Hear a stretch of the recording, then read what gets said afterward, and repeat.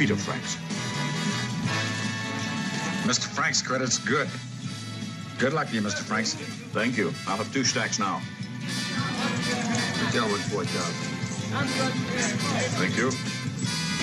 Hi, I'm Plenty. But of course you are. Plenty O'Toole.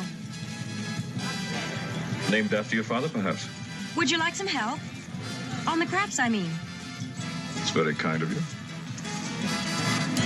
Come here. Come here. Next to the lady.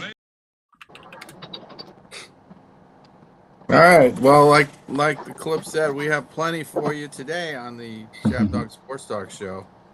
This is the Making of a Mountain Out of a Benny Molehill CDST show.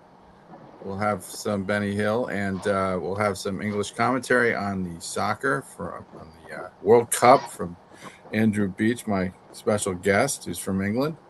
Andrew, that's nice to have you back. Thank you for having me, Brandon. Yes.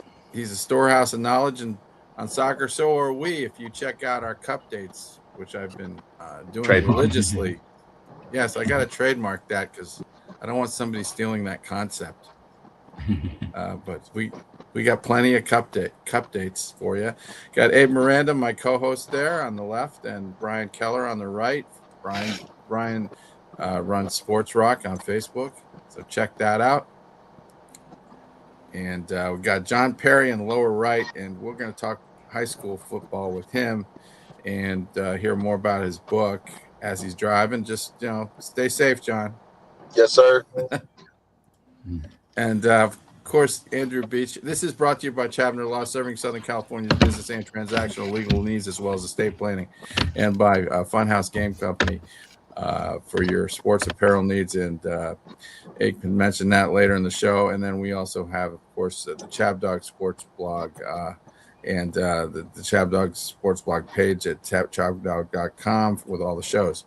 So we got a lot going on with the World Cup right now, Andrew, and I guess you're pretty pleased with how things worked out, right?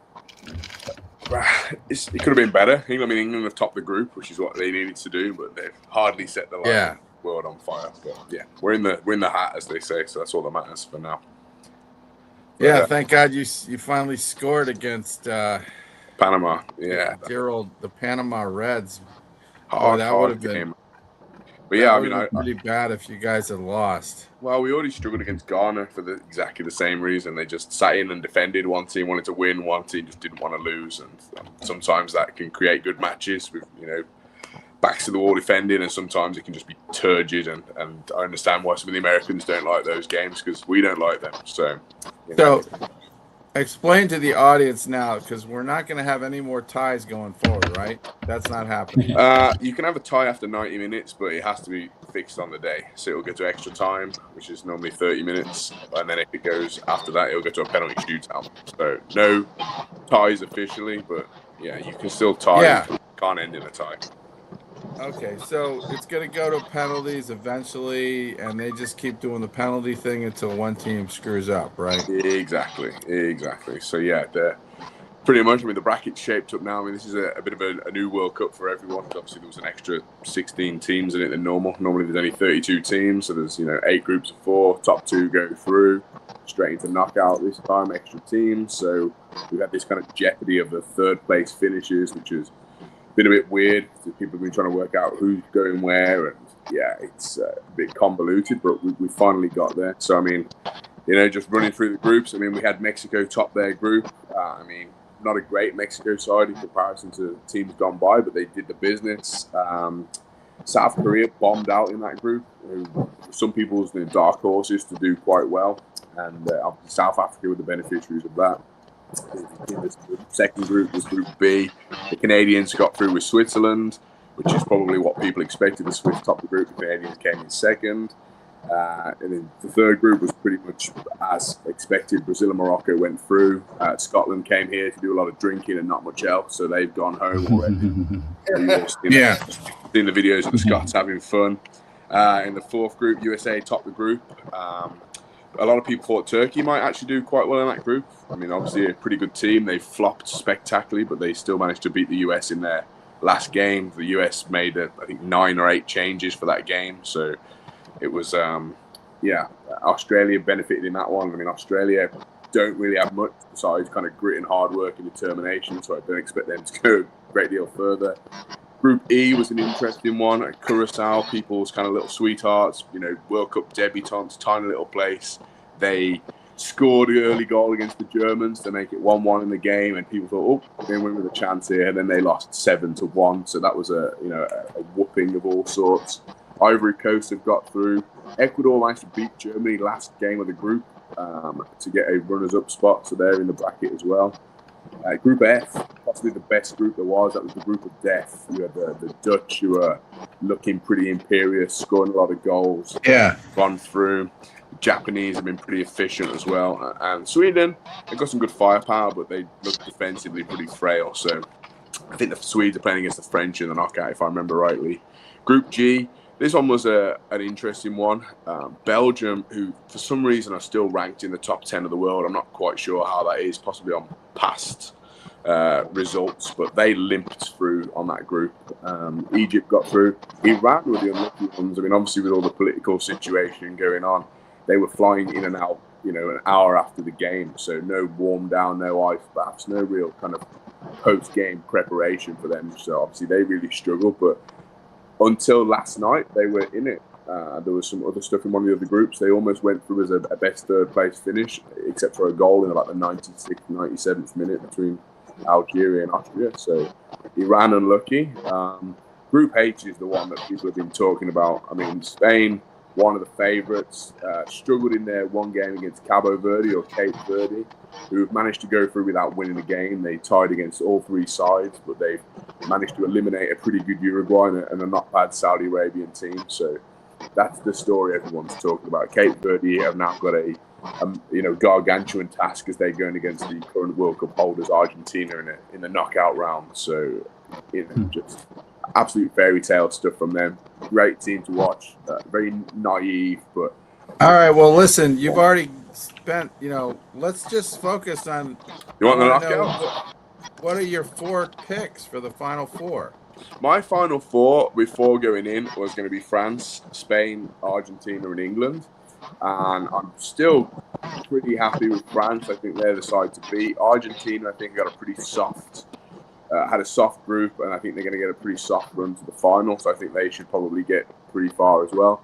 Spain and England are the two I'd be more concerned about. Spain, neither of them have particularly done that well. Spain still have a good chance, but the side of the bracket that Spain are on is stacked. If you look at that kind of, I'm trying to think which side it is, that left side of the bracket, you've got the Senegalese, you've got Belgium, you've got Spain, you've got Portugal, Croatia. I mean, have the possibility to hurt people. The Dutch are very good. The US find themselves on the wrong side of the draw. I mean, even if they get past Bosnia and Herzegovina, they can play against Senegal, who are probably, with the reigning African champions as well. So Senegal's good. They had some big wins. Their goal differential was pretty nice, I think. Well, they went toe to toe with the French, who were the favourites, and they should have been 2 or 3 up, and they didn't take their chances. So England were due to play them, and then the draws just kind of. But I saw Belgium. I saw Belgium play yesterday, and they look good. I mean, they got that De Bruyne guy. I've heard he's been around a long time. Yeah, that's the thing. They've got a lot of players who've been around the block and done that, so they're experienced team, and maybe that'll be what gives them the edge over some sides. But they're lacking young good stuff. It's going to be tough though. That's a tough game, and then USA. They could beat Herzegovina. I think. Probably. I think this will be the hardest game so far. I think that they're writing Bosnia off. They've scored some pretty good goals. I mean, if I was just running that bracket, I would say Senegal will beat Belgium. I'd say USA should beat Bosnia. I would meet Spain would beat Austria. Portugal would beat Croatia. Yeah, Portugal was lucky yesterday. They were see that game. Oh yeah. But I didn't see a lot of. I felt like I expected more from Ronaldo, and it was just like. You got to leave the game before the game leaves you. I think Ronaldo's done. He's a guy who should have retired. He's just got too much ego, unfortunately. Unlike Messi, who's a very different type of player, Ronaldo used to rely on athleticism and strength and speed, and I think they're all kind of letting him down. Netherlands and Morocco will be one of the pick games for that that whole. Yeah, that'll be a war. That'll Yeah. be a war. Morocco's tough. They've been playing everybody hard, but I'm going to go with the Netherlands to slip by because I think so. You're the going to Orange get have. nice rounds after this as well, because I'm just looking how the bracket's going to fall. You could see the Germans play the French in the last 16, which would be, two behemoth in footballing nations. Yeah. Potentially, you've got Portugal are going to play Spain in that next round after that as well, if that happens. So that'll be quite interesting. Yeah.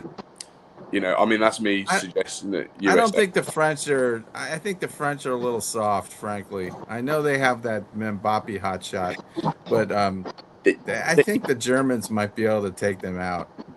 I'll happily have a bet with you on that if that comes to Brandon, so we can discuss that offline. But and then just on the other side, Brazil kind of come in without much fans. Oh yeah, and they suddenly seem to look a bit better than they have done for a few years. So who do they play?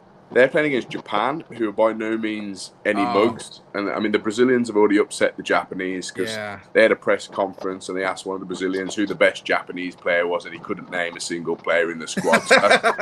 So that's really upset the Japanese. So I'd be interested to see how that goes. Ivory Coast and Norway as well. Be a good. Exactly, they've won it 5 times. They can afford to be arrogant like that.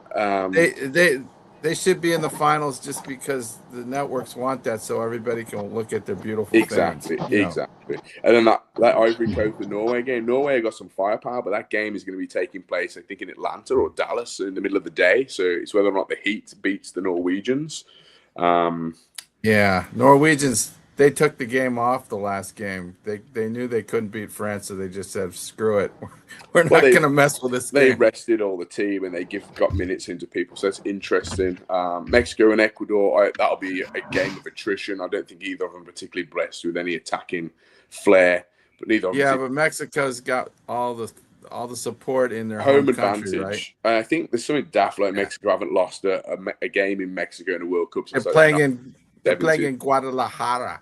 And they are and if they win and stuff goes to form, they could be playing England in Mexico City in the round after, and that'll be interesting as well. England seeing and how Mexico, that'll do it, heat and altitude and Andrew, pollution hot, and everything else that comes with that game. But if I was picking games to watch for those who are not particularly averse in football, I would be saying watch that Netherlands versus Morocco game. I have to say, Andrew, Brazil and Japan. And watch Ivory Coast and Norway. And if you want to be a romantic, probably watch Argentina against Cape Verde and just see if the little guys can pull off probably the biggest shot of all time.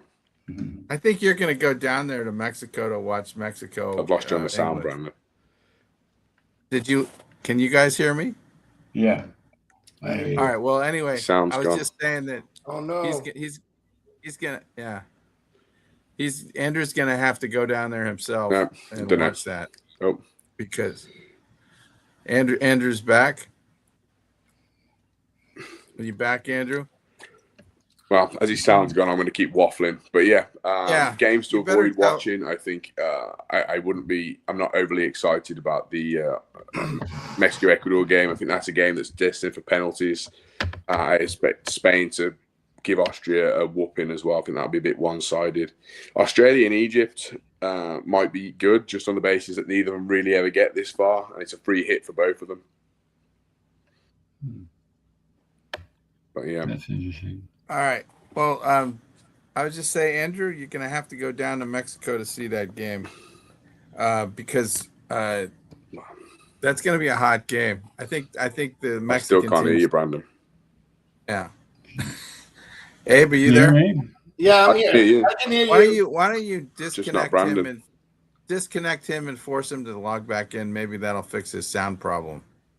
Yeah. Because when this happens, it's like unless you do you can't fix it. Any other questions about the World Cup while I'm here? Anyone not understand anything? No, you did a good job there. Thank you. Good job. You can hear us? Yeah. Andrew, last time you went down to Mexico, you came back looking a little funny there. Do you remember that? He's not answering me, so I guess he can't hear me. Yeah. You guys can hear me, right? I can hear you. We can hear you. In Andrew's honor, I was going to play a little Benny Hill because It sounds like Andrew. So He's been That's a Molehill for in you. on the rhythm music, like ever since he got that electric guitar. Oh, yeah. He got it up the works raffle. You won it? No, he organised it. Then he joined this group of singers, Didn't I have some funny names? I was, there was Bushel Head and Knuckles and Four Eyes. They were lovely girls, though. Very nice pictures. But they're so proud of my boy now. Round here they are. At the last school prize giving, they asked him to go along and give out the prizes and take charge and everything up there. Only he had a kipper for his lunch, and I think it was a bit off because he had a plane, and he couldn't go along and officiate. Yes, it was a kipper he ate. I told you it was officiate. Oh, he's a lovely boy. He is really. I mean, you couldn't wish to have a nicer brother than Ernie. Oh dear. You didn't know his name was Ernie, did you? Well, it is Ernie, yes. Ernie Pulteney. Still, I suppose Ernie Pulteney's not a very good name for a pop singer, is it? But I, of course, retain the name of Pulteney where I work at Nichols' hardware store. But then, of course, I work a whole year to make the same amount of money as Ernie gets for making one gramophone record. Still, that's life, I suppose. Not that I grudge it him at all, because he's a lovely boy, he really is. Generous to a fault. Yes, he's a lovely lad. I mean, he's good to his mother. Yeah. And he's admired and he's respected. And he's decent and he's clean living. I only wish I could say the same about some of those little scrubbers that he knocks about with. My son. yes. Andrew, anybody ever serve you kippers? No, never had kippers. You ever have Nobody's had kippers, Andrew? kippers? He can't hear me. Poor Andrew. Oh no, he's got one of those bad connection days. So yeah, but he'll be back. I'm sure. I mean, maybe he'll log out, log back in. Yeah, something of that. Let's see. I mean, hey John, are you there? You there, John? Here.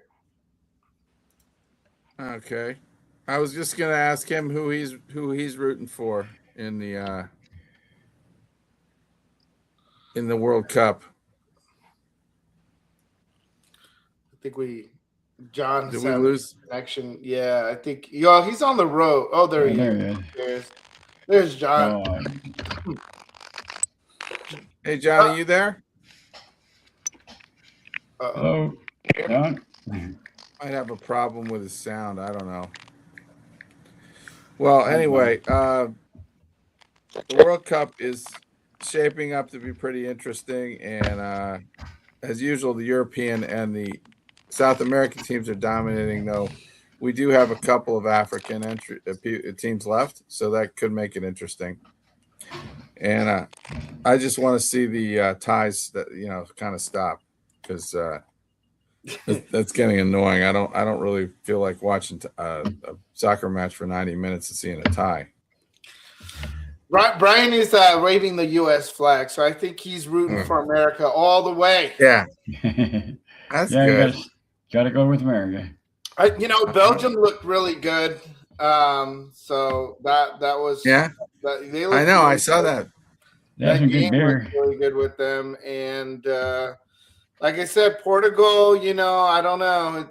I thought I was going to give them more credit, but after yesterday, they seemed like they were struggling against Colombia. Are you Portuguese, Abe?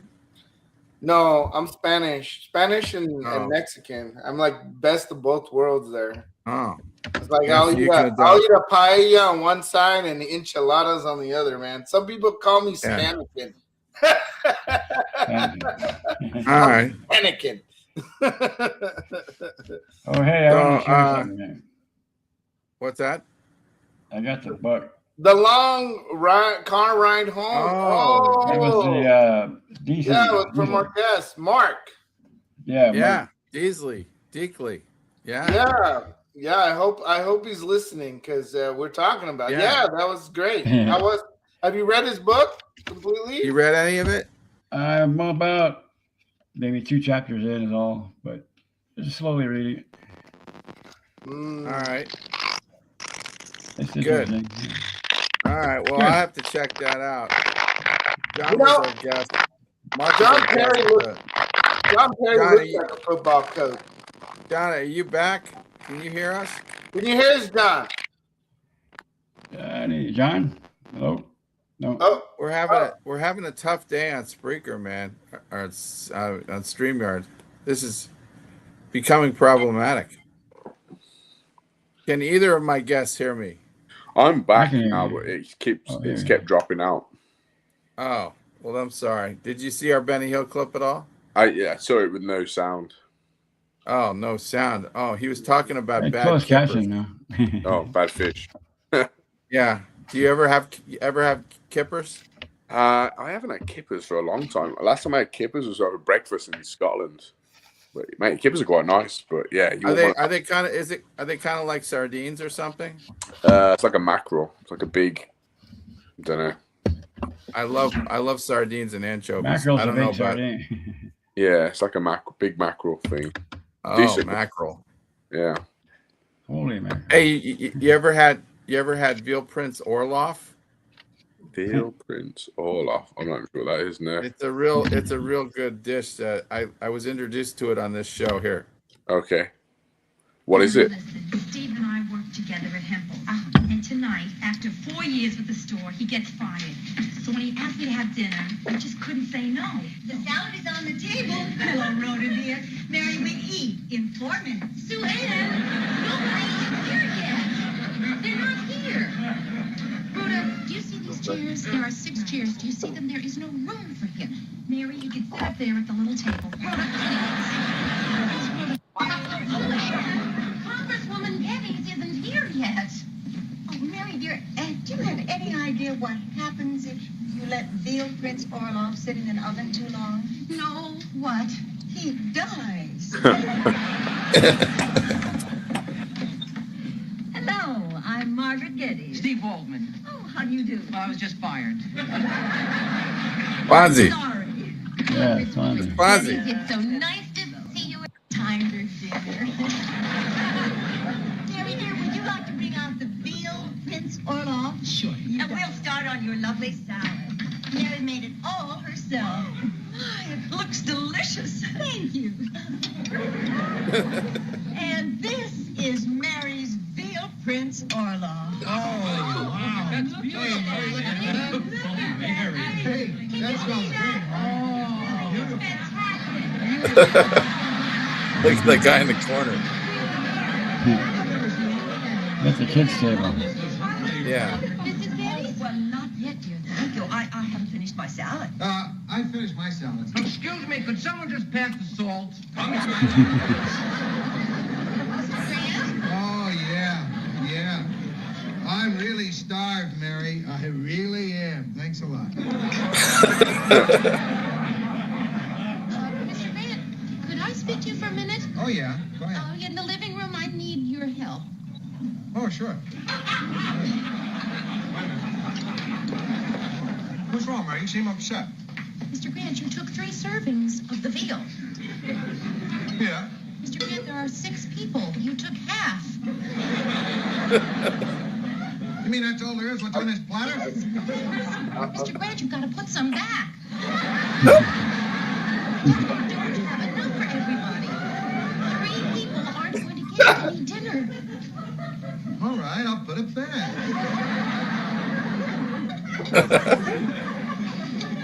That is. Say, you know what? I'm not as hungry as I thought I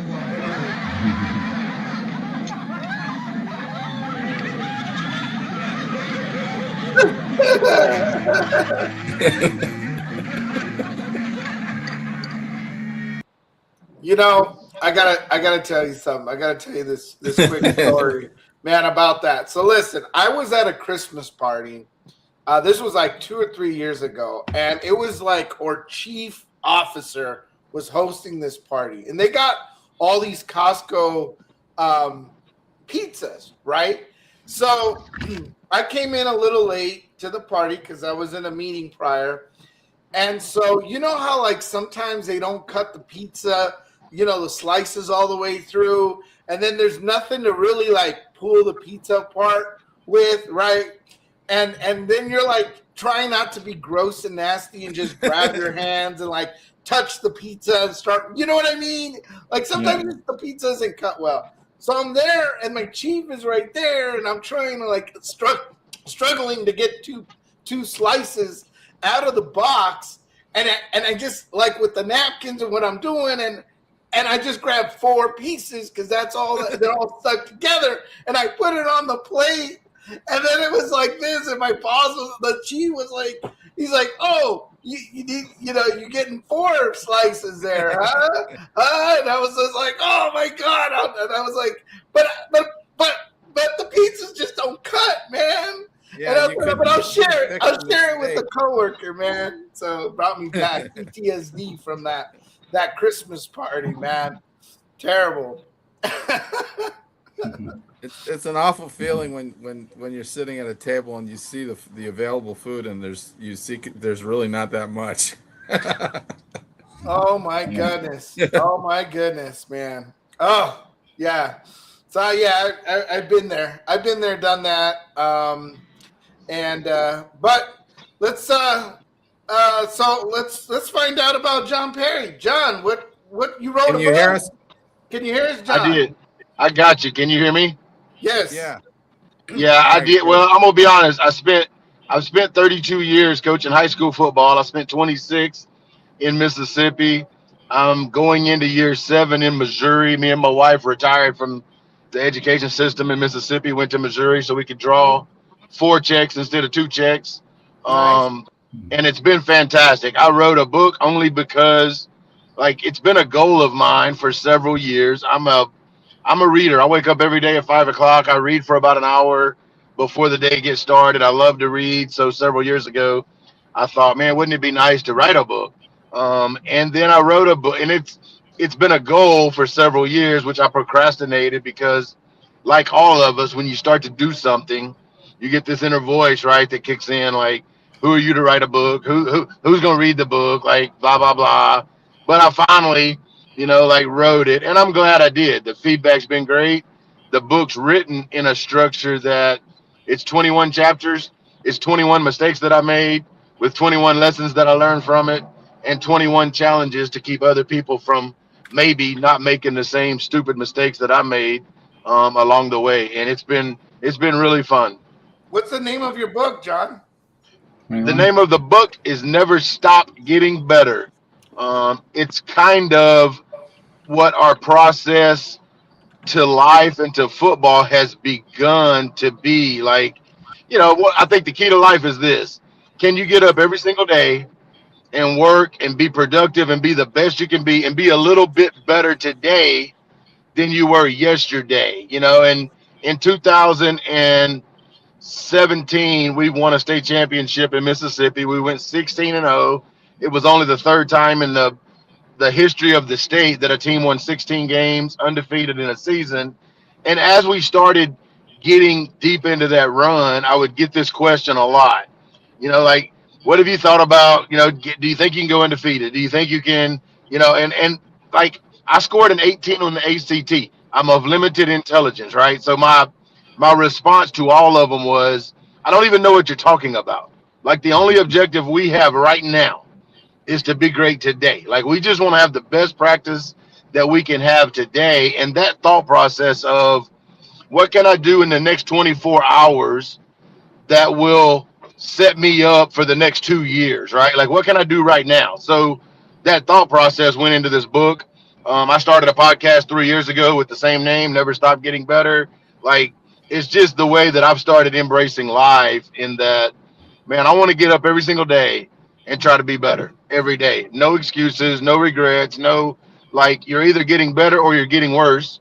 And I choose to try to get better every day. Like, that's where the name kind of come from. And, that's what you'll find in the book. Or, I've learned a lot of the greatest lessons of my life through adversity. Like, there's a chapter about, I get fired from my alma mater at 30 years old. I get rehired by my alma mater, at 40 years old to be the head coach. But like, the lesson in the firing was transformational in my life. Like, We went through a severe sickness with our daughter. The transformation that come out of the sickness was transformational for us, like, so that's it's just that's what the book is kind of about. Wow. Well, that's very powerful, John. I think it's amazing when you've experienced so much, and then you're able to write it down and make a book out of it. Of course, we got your book up here. It looks like it is available on Amazon. So for those of you who like to, read John Perry's book. The 21 chapters of the things that he's gone through, and how you can use that for some self-reflection, and how you can use those 21 chapters to better your own life. And I think it takes a lot of courage, and it takes a lot of discipline, and it takes a lot of hard work to get a book published and get a book out there. So, I mean, it's definitely not some small undertaking. It's definitely something that takes a lot of work, a lot of dedication, and of course, beating the hardest person in the room. And sometimes that's yourself, right, John? Like you mentioned, sometimes you're your own worst enemy in trying to reach your goals. And John, it's great to see that you overcame them and you're able to get your book published, and your book is out there right now, and that we're able to talk about it right now. I mean, Mr. Brian Gabby Keller, we just had a guest a few weeks ago, and he published a book too. And Brian was showing us right now. I'll show this up, but he shows right now that Brian went out and started reading that book from our guest Mark. So, as you can see, Gabby, you got that book there for Mark. Yep, see, there it is. The Long Car Ride Home. So we had another coach. He played for the AHL. He was in a hockey team. He played for the AHL. He was a coach as well, and then he published a book as well. And here we are. So it's great. Thank you, John, so much for sharing a little bit about the book. Are you still with your podcast, John? Yeah, I've done 2 episodes a week we're starting year 4 now. So there's 300 and about maybe 320 episodes are to date. And it has been, I several years ago, I did a little deal where I developed my core values, and this is in the book. Like, how can you figure out what your core values are? My 3 personal core values are curiosity, make a difference, and serve others. Well, as you all know, if you run a podcast, you run it because you're curious, right? So like it kind of cures that one, but then you also serve others and you make a difference. So that was my thought process. But also, as y'all know, when you run a podcast, the person that ends up being served the most was me, because I get to develop the relationships, I get to make the calls, I get to research the people, I get to, like, I've been served more than anybody's been served, and I absolutely have loved it. Like, I've had some tremendous guests, from Dan Lanning to Howard Behar at Starbucks to I just had Clint Hurdle here recently. I love Clint Hurdle. Clint Hurdle's message is phenomenal. It's been a joy in my life, and I think doing the things that I've done have made me a better football coach. I think it's added value to the people in my life. I think I've added more value to our community in Nixa. I came into Nixa, I did not know one person, had never driven through the state in my life. And I think in 6 years, we're like 65-10.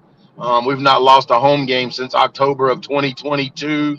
Like, it's the coolest culture, the best atmosphere on Friday night that you can imagine. And I think when you grow yourself in all these other ways, I think it adds value to, what you're doing at work as well. All right. Well, we're going to pick this up when we come back from the break. We are going to take a quick break and let our sponsors get the message out. And then, so just hang in there for 2 minutes. Okay. Yes, sir. All right.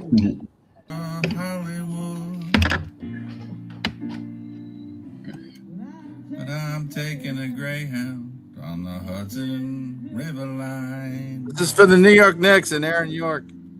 I'm in a New York state of mind.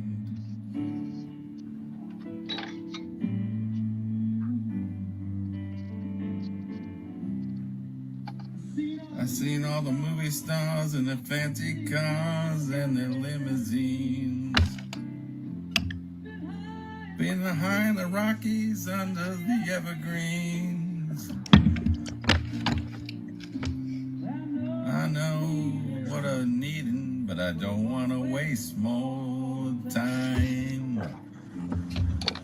I'm in a New York state of mind.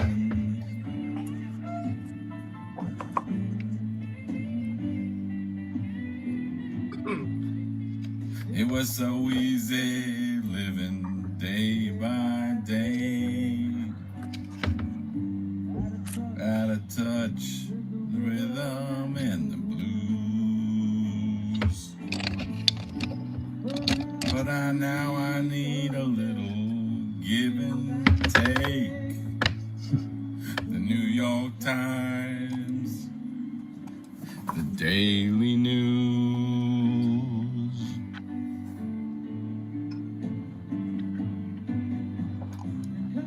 It comes down to reality, and it's fine with me because I let it slide.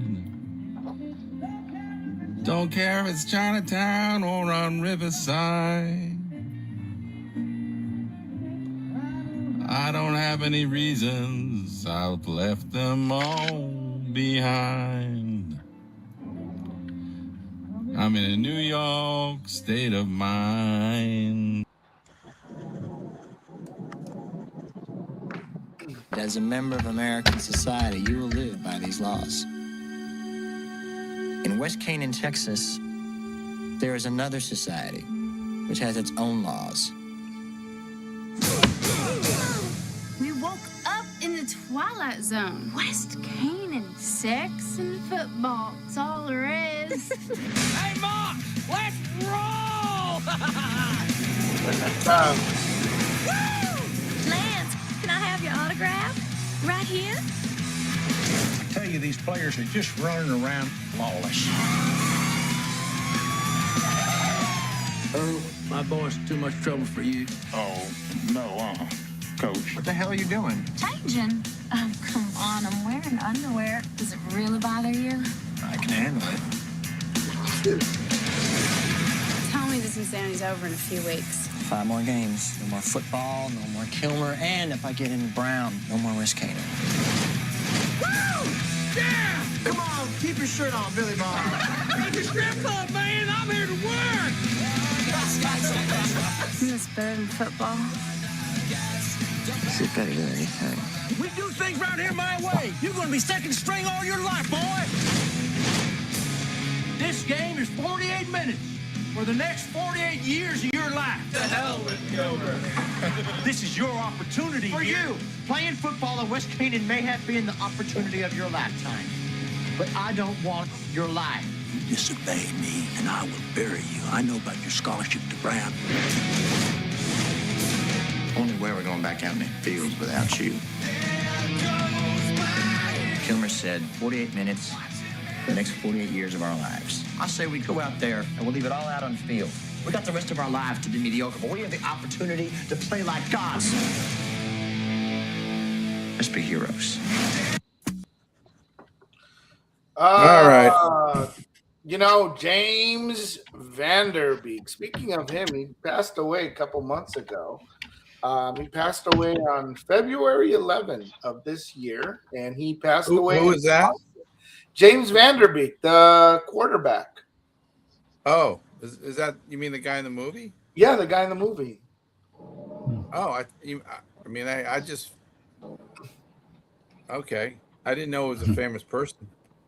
Yeah, well, in the 90s, man, James Vanderbeek, man, he was the guy. Like you know, he was in Dawson's Creek. Which was a big, it was a big actor. Okay. teenage soap opera for us 90s children. And then he played, and then, you know, around that era is when this movie came out, which is, you know, why they picked him, because he was already kind of a big name. And then he recently passed away here in Austin, Texas. So he didn't move too far away, and it looked like he was okay in Texas. You know, some people move to Texas when they're done. Some people move to Missouri because they love Lamberts and they love them hot throwing rolls at you in Missouri. And I actually have a coworker of mine where her kids moved to Missouri as well, even though they grew up here in Southern California. So Missouri kind of happening right now. So High school football in Missouri, is it like it is in Texas, John? Is it like everything? Pretty much. You know what? I don't know that anything really equals Texas high school football, right? Like I think that's, you know, on a level of its own. But what I can say is, I think it has gotten a lot better. You know, I think it has. You know, in the last 6 years that I've been there, I have seen the importance. I've seen the crowds. I've seen the interest in it grow. You know, immensely. And when you get up into Kansas City and St. Louis, there's some really good football. You know, there's some really good football players. There's a lot of talent. You know, so it is growing fast. So this could be, you know, you're looking at a guy that could be catapulted to maybe a head coach of Missouri University soon, and then maybe the Chiefs. Hey, you never know. I kind of look like Andy Reid anyway. I'm gonna say you got the big red thing going on. Is that a Chiefs? Is that all Chiefs out garb there? You know what? No, we're red in Nixa, right? So I don't, man. Like I like the Chiefs because in Missouri, if you're not a Chiefs fan, there is absolutely something wrong with you, man. They are Chiefs crazy. So like I have kind of adopted the Chiefs. You know, growing up in Mississippi, we didn't have a pro team, so it wasn't, you know, like we either adopted the Saints or the Falcons or the Cowboys, right? But in Missouri, there's no doubt who you pull for. Yeah. Andrew, just so you're aware, he's in Kansas City, Missouri. It's one of those weird things about the United States. We have cities named after other states. No doubt. I don't know if they do that in England. You know, and speaking, Chab Dog, about Andrew is, you know, take a moment, just like with John, to showcase his book. Yeah, well. he's an author too. He's another author. So I mean, we are just being blessed with authors today who published their own stuff. Andrew, tell us a little bit about your lucky happy cat here. Oh. Look how happy and lucky he is. Look how cute. Yeah, well, this was just because a friend of mine had a baby, and I went to go and buy a book went to buy a book from Barnes and Nobles, and I just thought the books were just awful.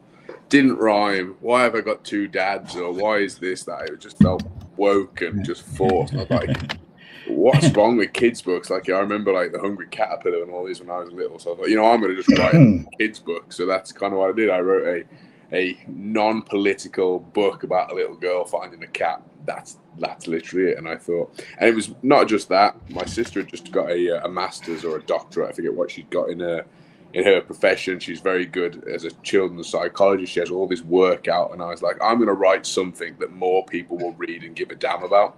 And I thought that the only thing that people would be more interested in than the behavior of children in a psychological essay would be a kid's book.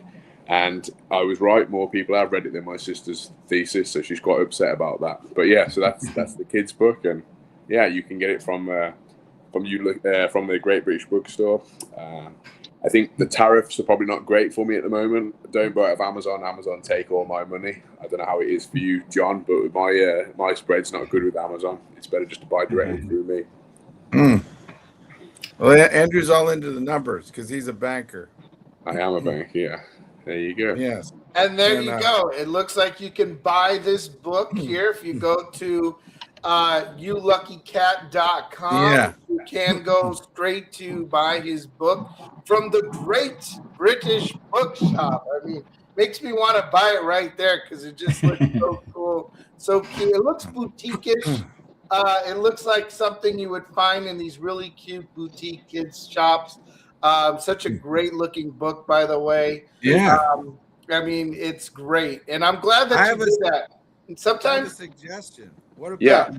what about making a little video out of it, and then people could use it on their screens to relax their cats. Their cats could watch it. Maybe like a YouTube video or something. That's not a bad idea. I mean, my friend has a cat.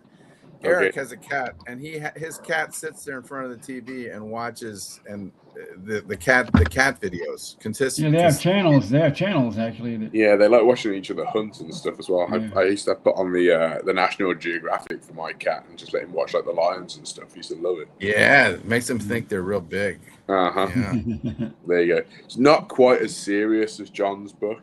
Yeah. Probably not as complicated in creation or to read, definitely. But Yeah. it was a bucket list thing. So yeah. tick Well, it off. John, you're very successful. I don't know what your career record is, but it sounds like your winning percentage is up in the stratosphere. I mean, is there anything that you can tell us about what your philosophy is about coaching and what you think gets the best results? Yeah, I think I think life changed when the lens changed that I was looking through. Like early in my career, it was all about using the players to play a game to win as much as we could win, and it was all about the football. And then due to some life challenges, that lens flipped. And it flipped to how can we make these guys better humans so that they can be better fathers, better husbands, better CEOs, better lawyers, better whatever. And that was when football took off. Like that was when the football actually got better, when we learned to teach the behavior skills to what are the skills you have to be successful in life. Well, it's the same skills you got to have to be successful in football. You got to be tough. You got to learn how to be a part of a team. You got to have confidence. You got to have a positive attitude. You got to be able to work hard. You got to be able to show up early. You got to be able to stay late.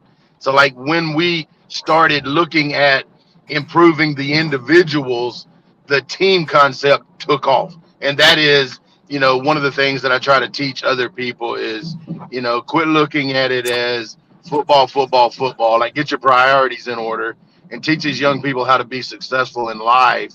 And what you will find is football will take off because it's not the most complicated sport in the world. Think about it. You take a piece of leather and you just move it down the field, right? You don't turn it over.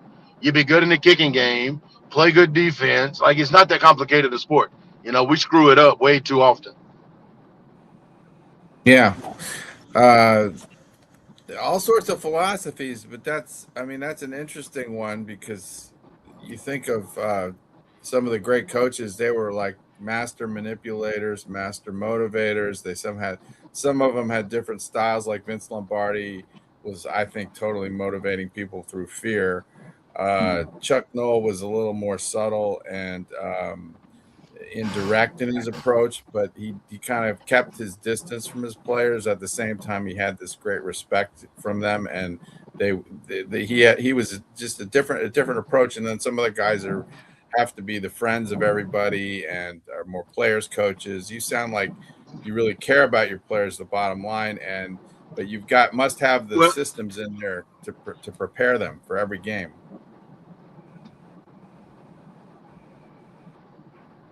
I lost him, I think. There is a big difference between the pro course and college or high school. Yeah. College, high school is more about learning than trying to make money. Pro is more about the business, achieving a result. Yeah. Aren't all the football films set in Texas though? Isn't that the pretty standard thing in this country? What the high school football being big? All of them isn't that? Remember the Titans? Isn't that in Texas? Or am I getting that wrong? That was Virginia. Oh yeah. Sorry. Yeah. There's a few other states. That was actually near where I grew up. I grew up in Maryland at Churchill High School, but this was T.C. Williams. Actually, there's been so many high school movies, football movies that I don't want to start misstating anything, but they've been all over, all over the country. Always talk about Texas high school football. Varsity, was that Varsity Blues? Was that the clip you showed the film from? Or Yeah, that's Varsity Blues. That's Texas, isn't it? Yeah. And then what about And Friday then Night Under the Lights? Wasn't Friday that? Night Lights was another one, and Yeah. I don't remember which state that was, but I bet it was Texas.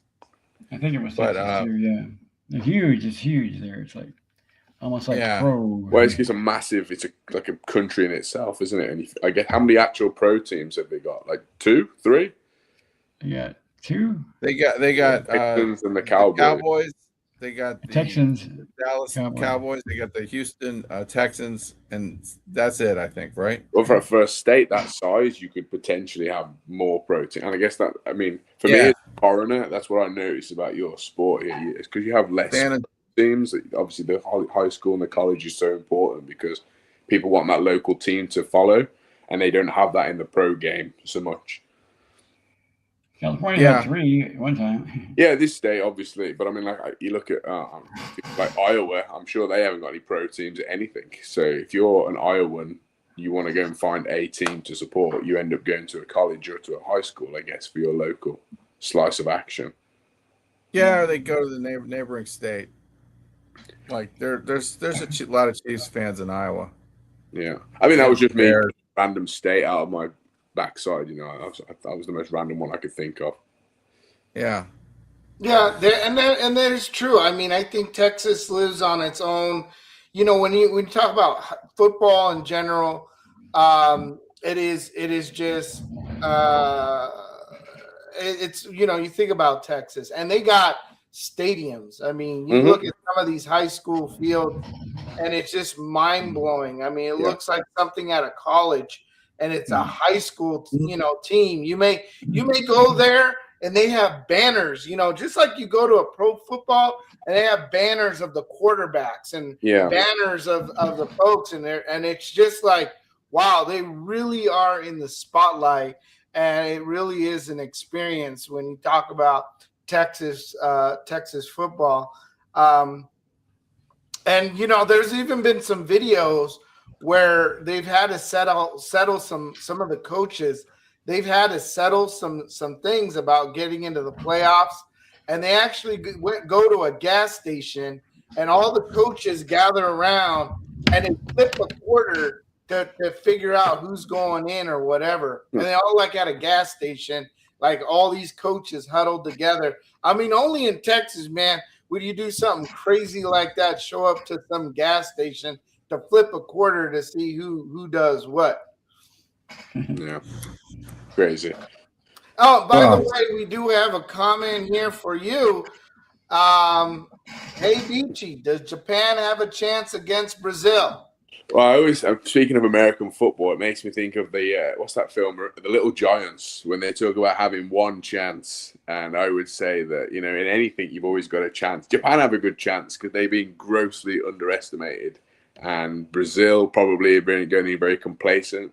Japanese might not have the star power, but they're a very efficient, organized chaos team that's very quick. So yeah, I give them a chance. I think if they get the first goal, why not? I think if you get. Can I ask Beachy another question? Go for it, man. Hey, Beachy. Yeah. Why can't they pull the goalie in soccer like they do in hockey? I mean, you could, but like in hockey, when you pull the goalie, if you don't keep possession, you concede normally. And I mean, that would probably happen even more so in football. But wait a second. Wait. You're saying in football, if you pull the goalie and have him playing offense, that it's more likely to result in a goal against you than in hockey? Because the ball is so far away from. I think it takes a lot. Normally same as in hockey, the attacking players are normally quicker than the defending players. So if there's a break, then I think there's been plenty of times when normally in football, at the last few minutes, if they need a result, the goalie does not get pulled. They just tell the goalie to go and play an auxiliary forward. I've seen goalkeepers score headers. So the goalie can do that. Goalie can. My team, I watched in the stadium, and we were winning against a side who needed to win the league, and they pulled the goalie at the end. He's actually the Brazil goalkeeper now, a guy called Alisson Becker, and Liverpool put him up front for a corner, and he scored directly from the corner. He headed it in, which is like the most humiliating thing ever that the goalkeeper scored. Yeah. That's awesome. Yeah, that's awesome. Dude. You can get that on YouTube, but yeah, you don't change him out for someone else. You heard it right here. Yeah. You heard it right here. It's a collector's item, that's called. But yeah, it can happen. And in some of these knockout games, if someone's losing and there's 5 minutes left and it's do or die, no changes left, they may put the goalkeeper up there. That would be the last resort. Normally they'll send the defenders up first, and then obviously if they're really desperate, then yeah, the keeper can go up, and the keeper has scored in the past. Okay. Yeah. Abe, do you want to give any updates about Front House Game Company and what's happening there? Yeah, so Funhouse Game Company, we do have our own website now. It's funhousegameco.com. I'm trying to be like Beachy and like our coaches here, having your own webpage. And of course, then, funneling that into a shop, which then you can sell your stuff online. But essentially, right now, we are in the final stages of production. We've got basically or hats, as you can see, we've been able to master putting these logos on this high quality hat. As you can see, it's very high quality. It's not like cheaply made. You can see it's very solid. And then of course we have our signature Funhouse Game Co. Brand on the actual back here. So the back tag, yes. On the back tag is a little unique to the hats. It's a little different, and I call that a champ stamp. Champ stamp. There you go. You got a little champ stamp. He knows what I'm talking about. Looks a little bit like a license plate. Have a really nice stamp tag on the back. Looks really hot sometimes. You know what? It's nice, especially when you're taking selfies. You're taking a selfie of the hat, and then you get that little champ stamp in the back. Yeah. You take a photo. Nice. Boom, it's classy. You see that. So yeah. So, just like Beachy in many ways, right? You go in, you go, these products are shit. It's like they're cheaply. First of all, they charge you an arm and a leg. You can tell they're cheaply made. They're crap. And at some point, right, like Beachy, you say, like if this is the standard, like this crap is standard. Oh, I can easily do something above the standard. I mean, I've got enough in me to know what's good, what's bad, and the quality and the standards have gone so down that it's like I'm just elevating it back to a decent standard. And I'm just trying to take this back to the 90s when things were great. You remember in the 90s things were awesome. Quality mattered. Companies used to give you a free sticker when you bought something. I mean, it used to be like companies in the past would thank you as a customer, and they would actually give you some extra little goodies just to say, hey, thanks for buying from our shop. You spent $600, $700 on an iPhone. Here's a sticker at least, and now, it's like, nah, you don't get a sticker. You don't get nothing. We just rise the prices and you get less for more money, and so it's just been like, I'm just taking it back to a time that things were great. Mm-hmm. What a tragedy. You don't get anything in your cereal box anymore. No, it's not good. They take the consumer for granted. I agree. Yeah. We got a little tennis for you here. You'll find this. I think you'll find this humorous. Pay attention. This hat looked like the guy of the hat in Caddyshack, where the guy said you get a free bowl of soup for this. Here, let's see. Finish was completed, I guess I should say, and that there was some excellent tennis played between two of the most talented players around, Nastasi and McEnroe. So let's watch it. Oh, I'm sorry. It's this one. False alarm here. Nastasi had just questioned whether a serve was a let serve or not. You see the hat? Yeah. That was the famous Nastasi McEnroe match. Andrew, you would have loved this. Nastasi played McEnroe in 1979 in New York, and the umpire penalized Nastasi unfairly for a few stupid infractions. And I won't go into all the details, but he ended up awarding the match to McEnroe. But the crowd got so mad that they wouldn't stop yelling and screaming, and so they ended up replacing the umpire. They took him out of the chair and brought in somebody else. Wow. You'd never see that in any other country, I think, right? That wouldn't happen in soccer, would it? They wouldn't replace the ref? No, the refs get dogs abuse, and they stay in the game like they've been there. I mean, they chant regularly, the referee's a wanker, or who's the bastard in the black? They used to wear black. So that the refs get dogs abuse, but they never change them out. Yeah. Well, in New York, it's different. The crowd rules. But in this situation, they were right, because the umpire, who incidentally is named Frank, like our friend Frank. Mm-hmm. Hey, I'll watch the clip sometime. It's pretty funny. Right. But they took the umpire out of the chair, and he was never the same after that. Oh no! Yeah, he was kind of overstepped his bounds, and he ended up hurting him. So, all right. Well, we've hit the end of the show here. Brian, thanks for being on. I want to congratulate you on your Cincinnati Reds coming back and whipping my Pirates yesterday too. That was a brutal loss, man. Yeah, you saw that, huh? Yeah. Pirates were up 7-6 in the ninth inning. They had come back. They were a bit down. They came back, and then they gave up 3 runs, and that's it. I watched it on the computer. It was heartbreaking. Hey, there's a birthday today. I'll shout out a birthday as Mr. John Elway is 66 years old today. John Elway, wow. John Elway's 66. Wow, he's 5 years old, 6 years older than me. Crap. You know John Elway, right, Andrew? Nope. He's an old quarterback. He's an old quarterback for the Denver Broncos now. I must admit, he's a real stud. They keep showing all these American sports people at the World Cup. They keep panning in the crowd to random people, and I keep thinking, who the fuck's this person? And they keep, oh, that's so-and-so, Johnson the third. He's something for whoever, Detroit. And I'm like, oh, cool. That's funny. Andrew, thank you for being on the show. Shout out to you and your book, You Lucky Cat. Of course, shout out to John Perry. Yes. And sharing his book for us today. And of Thank course, you so much, John. We always look forward to seeing you guys on the show. It's always great to have you.